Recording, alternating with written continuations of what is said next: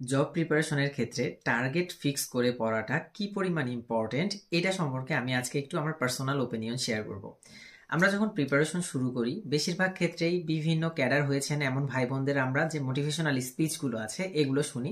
And ওনাদেরকে অনেক সময় আমরা শুনতে বলতে শুনি যে যখন আমরা প্রিপারেশন নেব তখন আমরা কি কি করব বা একদিনে কি কি পড়বো এটার একটা টার্গেট ফিক্স করে নেওয়াটা খুবই জরুরি। সেম ওয়েতে আমিও বলতে চাই যে নিজের ব্রেনকে বিশ্বাস করার চেয়ে এক টুকরা কাগজকে প্ল্যানিং এর ক্ষেত্রে বিশ্বাস করাটা বেশি ইফেক্টিভ।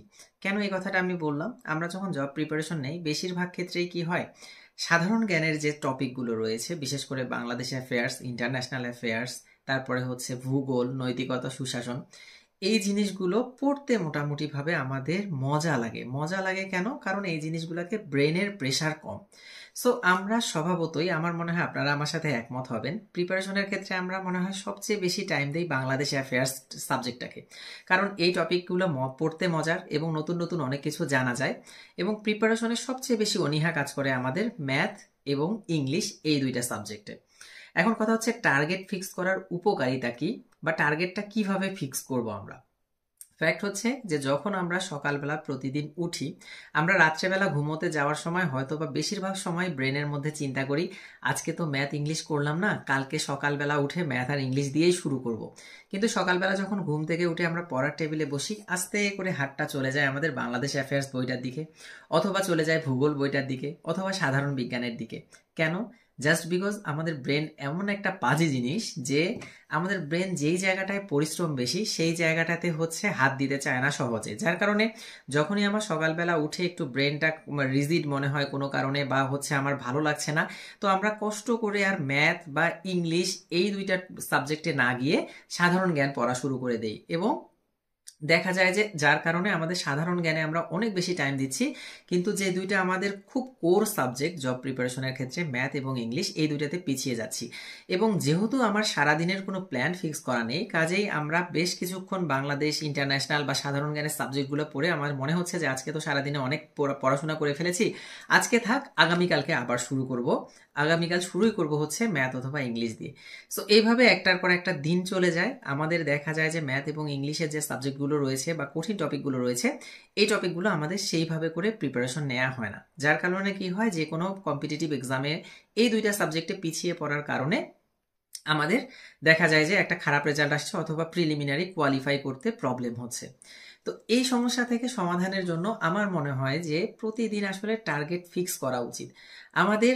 সকালবেলা উঠেই আগে সারাদিনে কি কি পড়বো এটা যদি আমরা একটা কাগজের মধ্যে বা ডায়েরি মেনটেন করি, আমি যদি আপনাদেরকে দেখাই আমার পার্সোনাল ক্ষেত্রে, এই ডায়েরিটা আমি মেনটেন করা শুরু করেছিলাম হচ্ছে 2021 সালের অক্টোবর মাস থেকে। আমার 43তম প্রিলিমিনারি ছিল, ফার্স্ট প্রিলিমিনারি। ওই প্রিলিমিনারির জন্য আমি হচ্ছে পড়াশোনা শুরু করেছিলাম। যখন থেকে আমি দেখতাম যে প্রথম দিকে খুবই স্ক্যাটার পড়াশোনা হচ্ছে, আমি গুছিয়ে আনতে পারছিলাম না কোনোভাবেই। আর প্রথম দিন আজকে কি পড়লাম আমার এইটা কালকে আর মনে থাকে না এত বেশি, বা হচ্ছে এক সপ্তাহ পরে গিয়ে আমি ভুলে যাই যে এক সপ্তাহ আগে আসলে আমি কি পড়েছিলাম, ওই জিনিসগুলো বাদ দিয়ে নতুন কি কি পড়া দরকার। তারপরে আমি এই ডায়েরিটা মেনটেন করা শুরু করি। এই ডায়েরিটার মধ্যে আমার প্রত্যেকটা দিনের এখানে হিসাবগুলো লেখা আছে, ডে 1 2 3 4, এই যে তারিখ দেয়া দেয়া এরকম ভাবে লেখা রয়েছে। সো আমি যেটা করি সেটা হচ্ছে ফার্স্টেই সবগুলো সাবজেক্টের টপিকগুলোর একটা লিস্ট করি। আমি টপিকগুলোর লিস্ট করি কেমন, যেমন বাংলাদেশ বাংলা ব্যাকরণের ক্ষেত্রে যদি বলি, বাংলা ব্যাকরণ অলমোস্ট 40টা টপিক রয়েছে, কিন্তু বিসিএস এর ক্ষেত্রে খুব বেশি ইম্পর্টেন্ট টপিক যদি আমরা দেখি 16 থেকে 17টা টপিক থেকে প্রতি বছর কম বেশি কোশ্চেন হয়। সো আমি এইভাবে করে বাংলা সাহিত্য, বাংলা ব্যাকরণ, গ্রামার, তারপরে লিটারেচার, তারপরে হচ্ছে অন্যান্য বাংলাদেশ অ্যাফেয়ার্স এর যে টপিকগুলো আছে এগুলো হচ্ছে 3 স্টার 2 স্টার দিয়ে প্রথমে হচ্ছে আমি মার্ক করে নিয়ে সবগুলো সাবজেক্টের একটা প্ল্যান তৈরি করে ফেলেছিলাম, স্টাডি প্ল্যান। এই স্টাডি প্ল্যান ওয়াইজ আমি একটা মোটামুটি ভাবে টার্গেট নিয়েছিলাম যে আগামী 3 মাসে আমি সবগুলো সাবজেক্ট একবার করে শেষ করব ইনশাল্লাহ। তো এইটা করার পরে যেটা করি আমি সেটা হচ্ছে যে 3 মাস ভাগ করে একটা করে সাবজেক্টের কতগুলো করে পেজ আছে এই জিনিসটা আমি হিসাব করে নেই। হিসাব করে 30 দিয়ে 3 3 90 দিয়ে ভাগ করে একদিনে আমার কতটুকু করে পড়তে হবে, বা ম্যাথের এতগুলো চ্যাপ্টার আছে, প্রত্যেকটা চ্যাপ্টারে এতগুলো অঙ্ক আছে, আমার টোটাল কতটা করে অঙ্ক প্রতিদিন করতে হবে, এই জিনিসটাতে আমি প্রায় 4 থেকে 5 দিন সময় দিয়ে শুধু প্ল্যানটাই রেডি করি। এই যে 4 থেকে 5 দিন সময়টা নষ্ট হলো, পড়াশোনা সেরকম হলো না, এটার ইফেক্টটা আমি পরবর্তীতে খুব ভালোভাবে পেয়েছি এবং এটা যে কতটা ফ্রুটফুল এটা মানে আপনারা যতক্ষণ করেননি ততক্ষণ বুঝবেন না। এটা করে ফেলার পরে যেটা হয়েছে সেটা হচ্ছে আমি তারপরে ডে 1 থেকে লেখা শুরু করলাম যে আজকের তারিখ এত, আমি এই যে ভাগ করে নিয়েছিলাম আমার আজকের দিনে বাংলা ব্যাকরণ আমি এতটুকু পড়বো, ইংলিশ গ্রামার এতটুকু পড়বো, ম্যাথ এই কয়েকটা অঙ্ক করব, বাংলাদেশ অ্যাফেয়ার্সের একটা অধ্যায়ের এতগুলো পেজ পড়বো।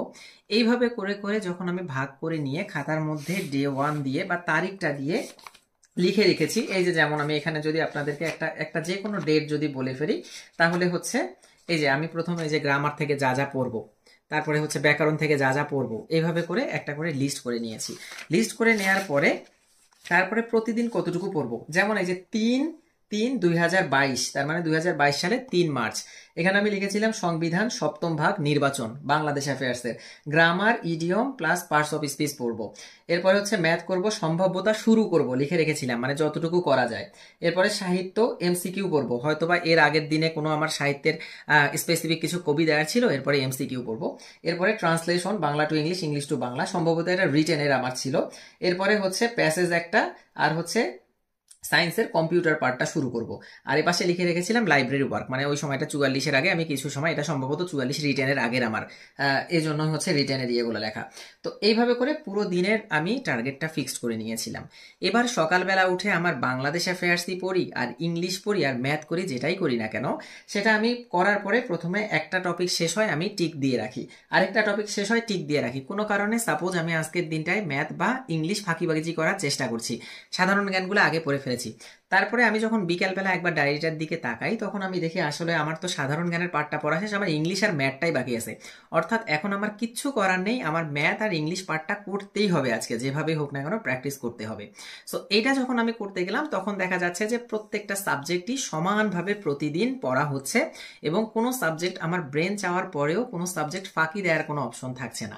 দ্বিতীয় আরেকটা কথা, যারা নতুন একদম প্রিপারেশন নেই আমরা, আমাদের মনে হয় যে আসলে দিনে কত ঘন্টা পড়াশোনা করা উচিত বা হচ্ছে সিনিয়ররা কত ঘন্টা পড়েছে, আমি কি করব, আমার ব্রেনের অ্যাবিলিটি অনুযায়ী কি করা উচিত, এরকম টার্গেট যদি একটা ফিক্স থাকে আমার এবং টাইম যদি আমরা বেঁধে নেই 3 মাসে শেষ করব বা 2 মাসে শেষ করব, তাহলে আমার কত ঘন্টা পড়তে হবে এটা আর স্পেসিফিকভাবে আমার মাথায় আনার দরকার নাই। কারণ এই টার্গেট যতক্ষণ আমার শেষ হবে না ততক্ষণ পর্যন্ত আমার পড়ে যাইতেই হবে। এখন এটা পড়ার জন্য আজকে যদি 8 ঘন্টায় বা 7 ঘন্টায় শেষ হয়ে যায় 7 ঘন্টা, যদি আমার 12 থেকে 13 ঘন্টা লাগে তাহলে 12 থেকে 13 ঘন্টায়। সো এইভাবে করে যদি আমরা প্রতিদিন সকালবেলা করে উঠে এই টার্গেটগুলো ফিক্স করে ফেলি এবং যে আমাদের টিএম পার্টগুলো আছে, আমি যেটা বলে ঠাডা মুখস্থ বা টানা মুখস্থ পার্টগুলো, যেমন বাংলা ব্যাকরণের ক্ষেত্রে বাগধারা, এক কথায় প্রকাশ, সমার্থক শব্দ, বিপরীত শব্দ, পারিভাষিক শব্দ, ইংলিশ গ্রামারের ক্ষেত্রে হচ্ছে সিনোনিম, অ্যান্টোনিম, তারপরে হচ্ছে ওয়ান অর সাবস্টিটিউশন, এই জায়গাগুলো যেগুলো আছে প্রিভিয়াস ইয়ার বেস্ট যদি একটু লিখে ফেলা যায় যে আজকে এত থেকে এত পেজ পড়বো সকালবেলা উঠেই, তাহলে ওই জিনিসগুলোও আর হচ্ছে মিস হয় না। তো যার কারণে হয় কি যে আমাদের ব্রেনের মধ্যে রাত্রেবেলা অনেক কিছু চিন্তা করে শুই, সকালে উঠে অনেক সাবজেক্ট মিস হয়ে যায়, কিন্তু লেখা থাকার ফলে আমার এই সাবজেক্টগুলো মিস হওয়ার আর কোনো মানে পসিবিলিটি থাকে না। উল্টো যতক্ষণ পর্যন্ত না সবগুলো টপিক আমার টাচ করা হচ্ছে বা এখানকার মধ্যে একটা একটা করে শেষ হচ্ছে আর আমি টিক চিহ্ন দিচ্ছি, ততক্ষণ পর্যন্ত কিন্তু আমার স্যাটিসফ্যাকশন আসছে না। আর আলটিমেটলি যখন সারাদিন শেষে এই সাবজেক্টগুলো সবগুলোতে একটা একটা করে টিক পড়ে যাবে, তখন আমি বুঝবো যে আজকে আমি আসলেই একটা ভালো সময় বা ভালো একটা দিন অতিক্রম করলাম আমার পড়াশোনা দিয়ে। আমি হচ্ছে এটা 43 থেকে মেনটেন করা শুরু করেছিলাম, আমি 43 ভাইবা দিয়েছিলাম, কিন্তু আমার টেকনিক্যাল ক্যাডার নাই, আর হচ্ছে 43 আমার ফার্স্ট বিসিএস ছিল, তেমন কিছু বুঝে উঠতে পারিনি। সো 43-এ আমি ভাইবা দেওয়ার পরেও কিছু আসেনি, 44-এ ভাইবা দিছি, আমি ফল প্রার্থী। আমি জানি না আল্লাহর রহমতে কি হবে, আল্লাহ ভাগ্যে রাখলে হয়তো বা দোয়া করবেন আমার জন্য, ভাগ্যে রাখলে ভালো কিছু হতে পারে। 45তম রিটেন দিয়েছি, 46 প্রিলিমিনারি আমি অ্যাটেন্ড করতে পারিনি, একটু দেরি করে গিয়েছিলাম জন্য। আর আমি বর্তমানে হচ্ছে প্রাইমারি স্কুলের অ্যাসিস্ট্যান্ট টিচার হিসাবে রয়েছি। সো আমার মনে হলো যে টার্গেট ফিক্স করার ব্যাপারটা নিয়ে আপনারা অনেকে কনফিউজ ছিলেন, বা টার্গেট ফিক্স আসলে কতটুকু ইফেক্টিভ এটা নিয়ে আপনারা একটু কনফিউশনে ছিলেন। আমি যদিও খুব অগোছালোভাবে কথাগুলো বললাম, তবে আমার মনে হয় যে আমি আপনাকে কনসেপ্টটা ধরিয়ে দিতে পেরেছি যে আসলে টার্গেট ফিক্সড করে যদি আপনারা পড়েন তাহলে আসলেই খুব বেশি ইফেক্টিভ ওয়েতে পড়াশোনাগুলো তাড়াতাড়ি শেষ হয় এবং আপনি বারবার রিপিটেড পড়া পড়বেন না। এমন হচ্ছে না যে 1 সপ্তাহ আগে আপনি যেটা পড়ছেন 1 সপ্তাহ পরে ভুলে গিয়ে আবার সেই জিনিসটাই পড়ছেন। বরং কি হচ্ছে, বরং হচ্ছে যে আমরা 1 সপ্তাহ আগে যেটা পড়েছি সেটা আমার ডায়েরিতে লেখা থাকছে, আমি নতুন নতুন পড়াগুলো পড়ে পড়ে শেষ করতে পারছি। এতে করে আপনি খুব ইফেক্টিভ ওয়েতে পুরো সিলেবাসটা কভার করতে পারছেন। এই জন্যই টার্গেট ফিক্সড করার জন্য বা যে প্ল্যানিংটা আছে আমাদের, এই প্ল্যানিংটার জন্য যদি আমাদের অ্যাটলিস্ট 5 থেকে 6 দিন 7 দিনও সময় দিতে হয়, এই 7 দিনটাকে আপনারা ওয়েস্ট ভাববেন না যে 7 দিনে কিছু পড়াশোনা করলাম না, শুধু এগুলো আমাদের ফিক্স করতেই গেল। এই 7 দিন আপনারা সময় দিয়ে জাস্ট আপনার প্ল্যানিং করেন। প্ল্যানিংটা যদি একবার প্রপার হয়ে যায়, এরপরে দেখবেন যে পড়াশোনাটা অনেকটাই গুছানো হয়ে গেছে এবং ইফেক্টিভ ওয়েতে শেষ হচ্ছে। অ্যান্ড আপনারা যারা প্রথম এবার 47তম বিসিএস প্রিলিমিনারি দেবেন, যদি 47-এর সময় একটা প্ল্যানিং আপনি প্রপার করে ফেলতে পারেন, আপনার এই প্রিলিমিনারির প্রিপারেশন দিয়েই আপনি 48, 49 টানা 3টা বিসিএস দিয়ে ফেলতে পারবেন। পরবর্তীতে আপনি এত বেশি সময় আর লাগবে না যদি 47-এর জন্য প্রপার প্রিপারেশন নেন। 48-এর জন্য দেখা যাবে যে জিনিসটা আপনি 3 মাসে কভার করেছিলেন, সেই জিনিসটা আপনি 1.5 মাসে করতে পারবেন। প্রতি 2 দিনের পড়া 1 দিনে করে পড়বেন। আপনার সব প্ল্যানিং করাই আছে ডায়েরিতে, শুধু আপনি দেখবেন 2টা ডেটের পড়া একদিন বসাবেন, ওই একদিনে 2টা ডেটের পড়া পড়ে পড়ে শেষ করবেন। তাহলে পরের বার 1.5 মাসে একবার কমপ্লিট হয়ে যাবে। এরপরের বার আরো কম সময়ে রিভিশন দিয়ে আপনি এনাফ টাইম বারবার রিভিশন দিয়ে ভালোভাবে মডেল টেস্ট দিয়ে আমার মনে হয় প্রিলিমিনারি পরীক্ষায় বসতে পারবেন এবং একটা খুব ভালো মানে এখান থেকে আউটকাম আসবে বলে আমার মনে হয়। সো এই হচ্ছে আমার মোটামুটিভাবে আপনাদেরকে একটু ধারণা দেওয়ার ছিল। আমি জানি না আপনাদের আমার আইডিয়াটা কেমন লাগলো, আপনারা ভালো লাগলে অ্যাকসেপ্ট করতে পারেন, আদারওয়াইজ যার যেমন প্ল্যান সেই প্ল্যান অনুযায়ী পড়াশোনা করতে পারেন।